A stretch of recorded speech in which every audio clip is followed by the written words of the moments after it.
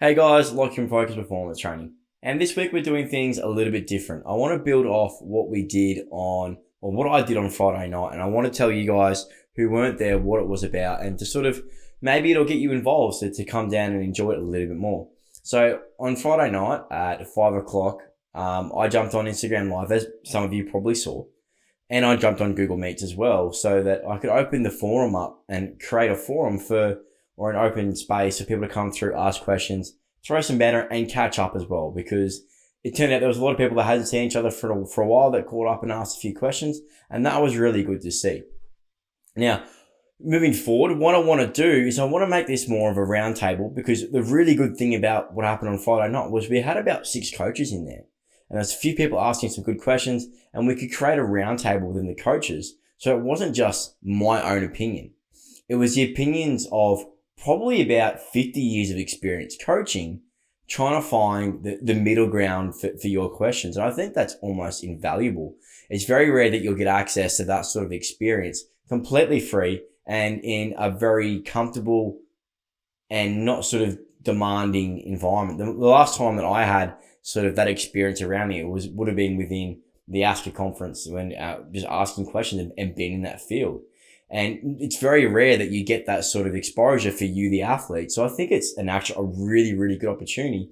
If you have any questions, or if you're not sure where to go with your training, you're not sure like what your next step should be, I would really highly recommend you jump onto this Friday's coming one to have a look and to see what it's all about. Moving forward, we actually asked some good questions in that, or some good questions were asked. We talked about the applicability of a 5 kilometer run for a fitness for the police force, in particular Western Australia. We asked, if you do miss a training session due to work or whatever the reason may be, is it worth your while trying to ram that training session in to the next day to catch up? And to give a quick breakdown of that actual question, I answered it in the terms of, if your training program is that reliant on single sessions, that if you need to squeeze everything from that single session into a next session in order for that training program to be effective, then I dare say your training program isn't that effective at all. And it could probably be improved in a lot better way, in possibly some better manners as well. So it's a double-edged sword there, that if you need to squeeze it in, you're probably going to overreach in the next day. You're not going to get the effect of that single day itself.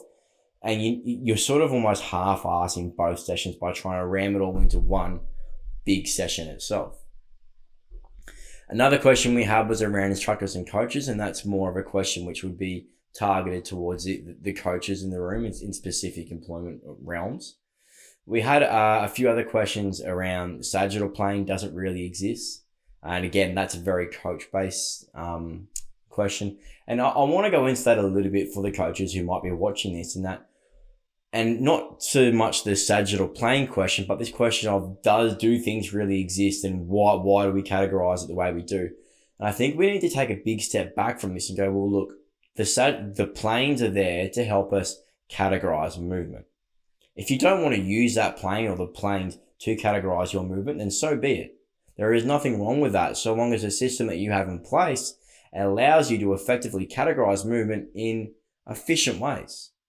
And that makes sense to your athlete, and and then allows them to actually get an end result effectively. When we look at it from an anatomy perspective, the sagittal, transverse, and frontal planes actually matter, because it allows us to provide some context to dissections of body parts, so we can see what's happening where. And so we're not just chopping things randomly, i.e. a transverse dissection will be across the limb. So we can start to say, for example, if you chop the femur in half, in a transverse dissection, you'll be able to see the makeup of the actual bone inside from top down approach. Whereas if you chopped it in the frontal plane, in the frontal plane like so, you'll be able to see what happens sort of front to back, and then the sagittal plane would be side to side. So it does matter, and especially when it goes up into your brain as well, when we start to dissect areas of the skull. Some other questions were asked as well when we looked down the rabbit hole of NIRS and Moxy, and where that might go in the future for the strength and conditioning world. And there is some exciting research and there is some exciting information coming out around that, where we're looking at possibly rewiring the way that we look at energy system development. And is the old three-pronged approach appropriate, and is it outdated? I dare say that, yeah, it's probably outdated to some extent, because when that was developed, technology, it wasn't as good as we have today. So moving forward, we need to keep an eye on that. I think that's something we can keep an eye on in the coming days, coming years, not days, but years, and probably 5-10 years as that technology improves. But the problem with it is that people's, compensatory patterns will change on a daily basis based on how they feel, based on injuries, based on niggles. So that's an important point that we need to consider as well when we're looking at this sort of stuff, is what's their compensation patterns and how are they being affected by the reading on the Moxy. And I guess for those who don't know what a Moxy or a NIRS sensor is, a Moxy is a muscle oxygen sensor. So it's something you can put onto your limbs, which sense the amount of oxygen in your muscles. And that's really important, because the amount of oxygen in our muscles dictates the level of performance, or how well we can perform, and if we can perform at all. Similarly, a NIRS is a near-infrared spectrometry device which looks at our oxygen saturation. Very, very similar to when you go to the hospital and you get a little SpO2 sensor onto your finger. It works in a very similar way, because infrared light refracts different molecules in the blood differently, and that's how it gets read. I don't know the full science behind it, because honestly, it'd probably blow my mind. But on top of that, the actual session itself on Friday night was really good and really fun. A lot of people enjoyed it, and I really hope people can come forward as well. The one last thing though, before I shoot off, or before I close this out today, is that we actually looked at different methods of training and if they're applicable to certain populations. So I use the example of velocity-based training because it's something that I'm very interested in. I like the concept of it. Unfortunately, it is probably in that up-and-coming research or up-and-coming technology field, which needs more research to have sound protocols developed around it, because it is still so new. But the idea was that we can't just throw advanced training techniques at anyone and hope that they'll stick. We need to earn the right, or athletes and practitioners need to earn the right, not just to prescribe them to our athletes, but for their athletes to be able to use them as well.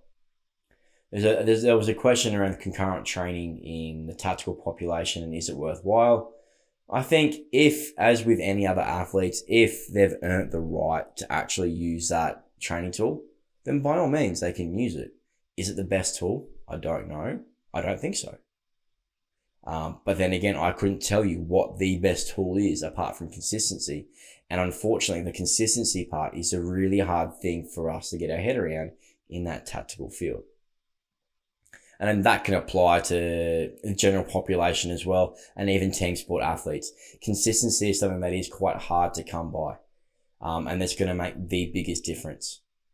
I also dove down the whole idea that I like the agile periodization approach, and we explored that in a little bit of detail. So when I went into more detail in that in the Robo Strength podcast, which we recorded this morning, which should hopefully be released either in the start of this week, so keep your eyes peeled for that. Anyway, guys, that's what happened with me this week. I'm looking forward to this week coming forward. I've just been able to, someone else has just come on board with me who's looking to push the number when it comes to boxing. So I'm really excited for that. That's going to be a really good experience. I've been able to get, or one of my other clients, Maggie, she's since moved on to bigger things for herself, for her life, and she's written me an excellent testimonial, and it was really humbling for myself to see that as well. So I hope you've enjoyed this bit of a different approach where I'm sort of talking about what's happened the past week, a little wrap up on the Friday night powwow. I'm still trying to figure out a name for that. If you have suggestions for names, feel free to throw them through. And aside from that, guys, I hope you have a good week. If you've got any questions, as always, send them through on the YouTube. Like, subscribe if you can, and write this down if you think someone will benefit from this. Send it through to them if they think they'll benefit from that Friday night powwow. Again, send it over. I'm going to leave the link to that Google Meet in my bio for the next 3 or 4 weeks, and then I'll throw it into the link tree. Again, guys, thanks for watching. I'll see you later, and have a good one.